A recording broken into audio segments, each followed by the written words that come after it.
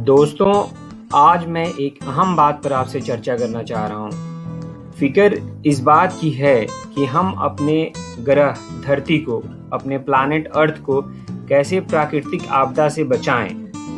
आप हमारे चैनल को सब्सक्राइब कर लीजिए और ये बहुत ज़रूरी है कि आप लास्ट तक इस वीडियो को देखें। सन 2021 में पर्यावरण परिवर्तन के यानी क्लाइमेट चेंज के बहुत बुरे और ख़तरनाक परिणाम देखे गए हैं। जर्मनी में बारिश के कारण जर्मनी का एक शहर बुरी तरह से बर्बाद हो गया। इसमें 170 से ज़्यादा लोग मारे गए हैं। बाढ़ की वजह से शहर का शहर तबाह हो गया। रेल ट्रैक डूब गया और कार्स और दूसरे सारे व्हीकल्स जो है वो सारे डूब गए। आप देख सकते हैं कि कैसे नदी ने इतना तबाही मचाया है। ये सारी चीज़ें क्लाइमेट चेंज की वजह से हैं, जो पर्यावरण में बदलाव हो रहे हैं। कनाडा दुनिया का दूसरा सबसे बड़ा देश है। ये देश जो है बर्फ़ से ढका हुआ रहता है। वहाँ 50 डिग्री तक टेम्परेचर हो गया और जैसे कि रेगिस्तान में होता है। कनाडा में गर्मी के कारण 500 से ज़्यादा लोग मारे गए। कनाडा में खतरनाक हीट वेव या गर्म हवा चलने की वजह से जो 500 लोग मारे गए, उनको बड़े बड़े न्यूज़ चैनल्स ने कवर किया। जो गर्म हवा है उससे बचने के लिए कनाडियन गवर्नमेंट ने जगह जगह पे पानी के फव्वारे लगा दिए और इस तरह से उन्होंने कोप करने की कोशिश की। ठीक उसी तरह फिलीपींस में भारी वर्षा की वजह से जो छोटे छोटे शहर हैं वो जैसे ऐसे लग गया कि समुंदर में कोई टापू जैसे बन गए हों। तो भारी बारिश की वजह से यहाँ पे बहुत तबाही फैली। ये जो तस्वीर आप देख रहे हैं ये बिहार के गोपालगंज डिस्ट्रिक्ट से है। बिहार और उत्तर प्रदेश में मई से ही बारिश शुरू हो गई और बारिश के सीजन के आने से पहले ही बाढ़ आ गया। बुजुर्ग लोगों का कहना है कि ऐसी बारिश हमने पिछले 70 से 80 साल में नहीं देखी। ये तस्वीर भी बिहार से ही है। आप देख सकते हैं कि बाढ़ ने कितनी तबाही मचा रखा है। ये तस्वीर बिहार पश्चिमी चंपारण के सिकटा रेलवे स्टेशन का है।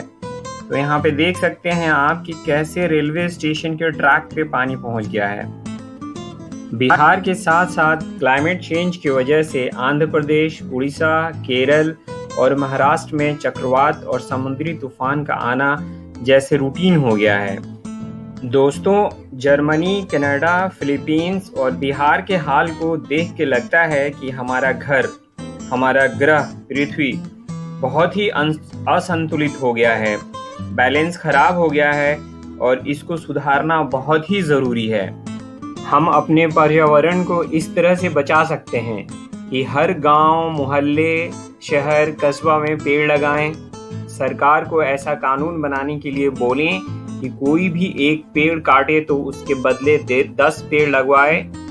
विकास के नाम पर और तरक्की के नाम पर पेड़ और जंगल नहीं कटने दें। स्वर्गीय सुंदरलाल बहुगुणा के चिपको आंदोलन को आगे बढ़ाएं। ये एक बहुत बड़ी लिगेसी है और हमारे सामने ये तस्वीर साफ है कि पेड़ को कैसे बचाना है।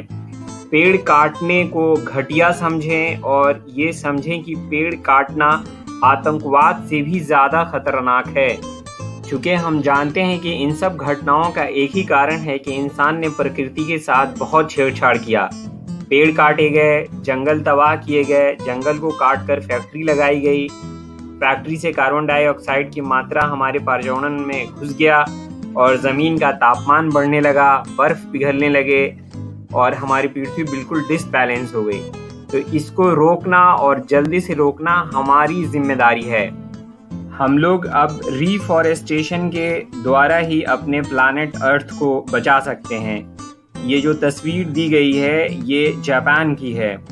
जापान में 2009, 2010 और 2015 में कैसे वहाँ के लोगों ने रीफॉरेस्टेशन करके और दोबारा जो है फॉरेस्ट को ग्रो करवाया, जंगल को बढ़ाया। तो ये काम करके हम अपने अर्थ को सेव कर सकते हैं।